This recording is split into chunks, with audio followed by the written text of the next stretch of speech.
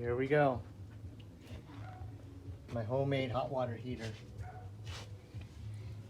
with a quick connect for propane. Right here. We can collect water out of a 5-gallon bucket or the river, creek, wherever we can find water. 12-volt pump will get it up and running. We turn this valve right here and I can do either or. Right now we're on city water. Turn it on.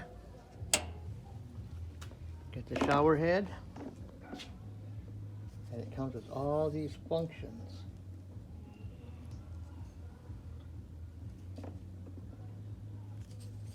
All you have to do, turn it on. If I had propane, it would have been hot water, but until then, you get this.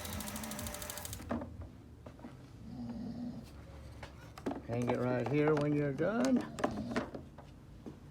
There you go. And it also comes with a quick connect that matches my other hose in my trailer for my sink. So if I lose one, I still have another one. There you go.